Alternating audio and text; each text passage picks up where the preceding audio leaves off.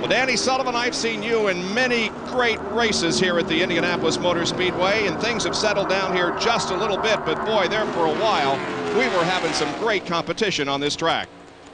Well, of course, you say that. We're still having some great competition. It's a little further back in the pack than it was right there at the front, but these guys are just nose to tail sliding it through here, throwing up dirt. It's fabulous watching this.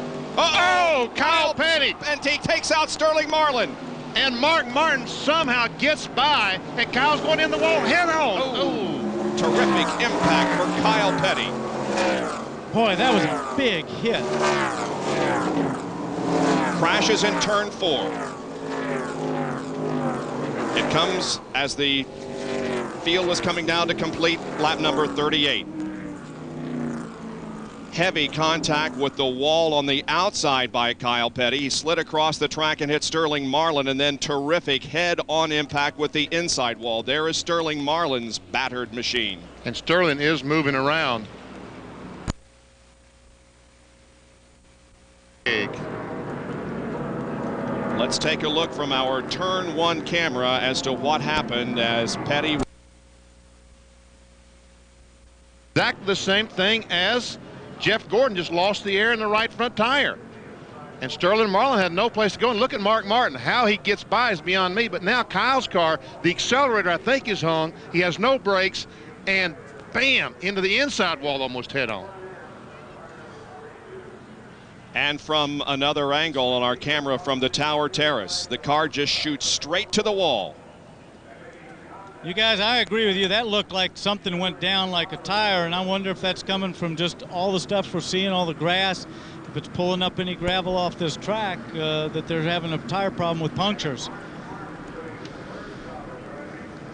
And now from Sterling Marlin's perspective, looking out the back glass, and he was just an innocent victim of Kyle Petty's situation up there in turn number 4. And the safety workers are at the cars of both Sterling Marlin and Kyle Petty.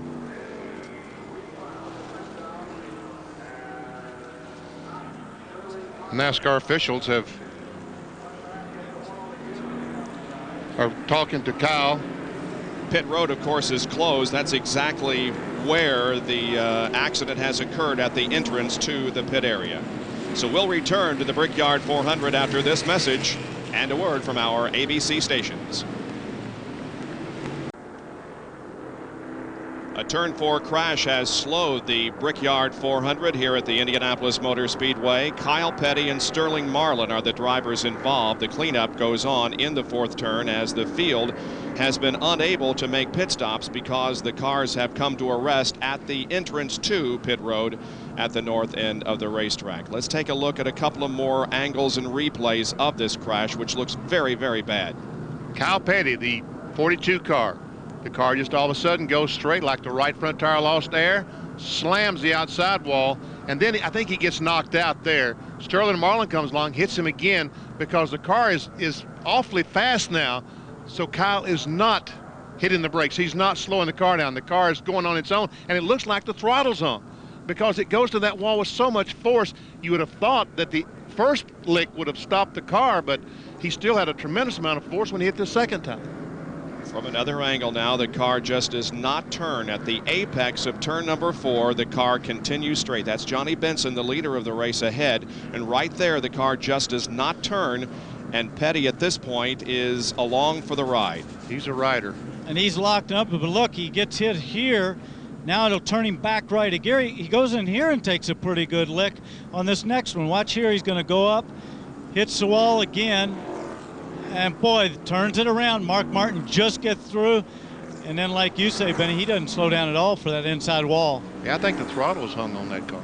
So we will await medical conditions on both drivers, Sterling Marlin and Kyle Petty. You're looking down on the area just behind Gasoline Alley. That's Sterling Marlin's car. They're taking a hard look at it. I'm sure they're just taking a look at the damage. Jerry Punch, what's his situation? Well, fortunately, Sterling's okay. Sterling, good to hear you're not hurt after a pretty hard lick up there. What happened? I thought Kyle cut a tire down just the exit off 4 and hit the outside wall and I seen him hitting it and didn't want nowhere to go. He just come straight across, and we tagged him, and that's about the end of it. How bad is your car hurt? The whole front end from where we stand looks like it's pretty much sheared away. Yeah, it knocked all the right front, sheared the headers off and everything, and hit Kyle pretty much behind the left front tire, and looks like he's okay. He was conscious and talking, and I guess it might have sprung his neck or something and hollering about his leg a little bit, but I believe he's okay.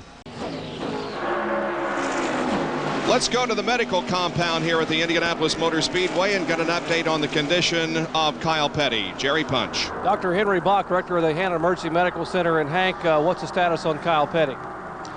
Kyle Petty's on his way to Methodist Hospital for x-rays. He came in here, he was awake and alert, complaining of some pain in his left knee and a little bit of chest pain on his right side, but he was never unconscious, and he's in good condition right now, and we'll probably have some results in about 20 minutes of his x-rays.